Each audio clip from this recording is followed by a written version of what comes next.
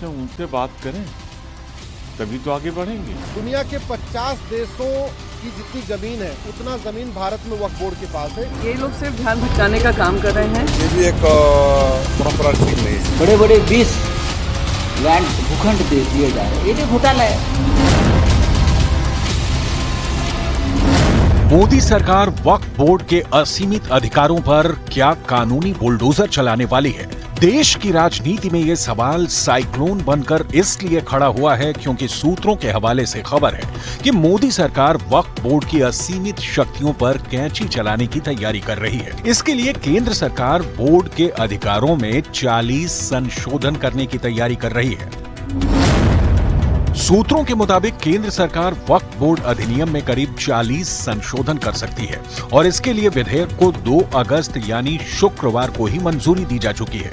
सूत्रों के मुताबिक विधेयक में वक्फ बोर्ड को बेहिसाब ताकत देने वाली कुछ धाराएं निरस्त की जा सकती हैं। इसमें सबसे बड़ी कटौती उस अधिकार में होगी जो वक्फ बोर्ड को किसी भी संपत्ति को अपना बताने का अधिकार देता है। इसके अलावा वक्फ बोर्ड में महिलाओं के प्रतिनिधित्व को भी सुनिश्चित किया जा सकता है। सूत्रों के मुताबिक इसके लिए सरकार इसी हफ्ते राज्यसभा में बिल ला सकती है और खबर यह भी है कि वक्फ बोर्ड अधिनियम में संशोधन से पहले सरकार ने कई मुस्लिम बुद्धिजीवियों और वक्फ बोर्ड के सदस्यों से भी बात की है। इस बिल को लेकर अभी तक सरकार ने कुछ नहीं कहा है, लेकिन बीजेपी ने कहा है कि पारदर्शी व्यवस्था के लिए इस बिल का आना जरूरी है। भारत में वक्फ बोर्ड के पास 10 लाख एकड़ जमीन है। अगर आप एरिया वाइज देखिए तो भारत में दुनिया में 50 ऐसे देश हैं जिनका क्षेत्रफल भारत के वक्फ बोर्ड के पास जो जमीन है उससे कम है। ये बहुत ही खतरनाक है। ये पहली बात तो पूरी तरीके से भेदभाव करता है। जब भारत में हमने सेकुलर शब्द जोड़ दिया तो ये सेकुलरिज्म के खिलाफ है, ये राइट टू जस्टिस के खिलाफ है, 1 नेशन 1 लॉ का जो कॉन्सेप्ट है उसके बिल्कुल खिलाफ है। संविधान का मतलब होता है समविधान, ऐसा विधान जो सबके लिए समान हो। वक्फ बोर्ड जैसा विधान और किसी के लिए नहीं है, इसलिए इसको पूरी तरीके से खत्म करना चाहिए। ये जो है इसमें सबसे अधिक जो पीड़ित हैं वो गरीब मुसलमान हैं, क्योंकि इसमें प्रभावशाली लोग हैं।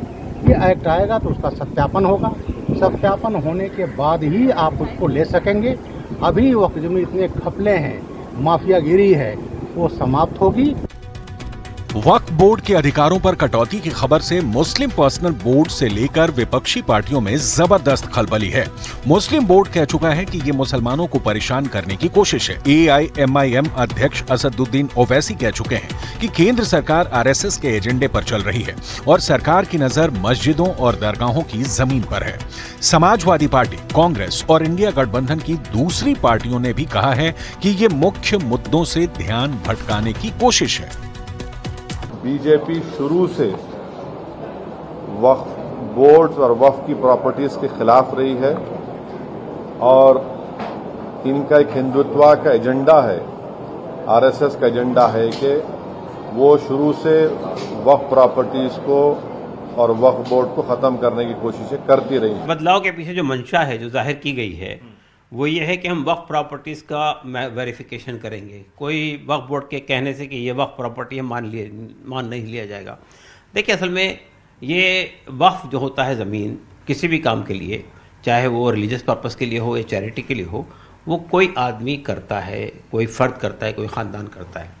देखिए, जिस तरह के सरकार का ट्रैक रिकॉर्ड रहा है और जिस तरह की इनकी कार्य प्रणाली रही है, सबको इनके हर हरकतों से सबको संदेह होता है।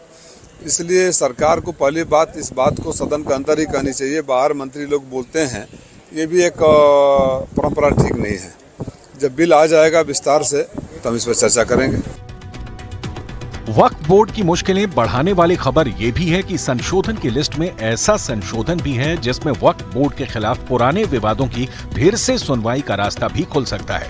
वक्फ बोर्ड पर आरोप है कि पिछली सरकारों में मिली असीमित शक्तियों की वजह से वक्फ बोर्ड ने कानून के खिलाफ मंदिर, गुरुद्वारों की जमीन पर कब्जा किया।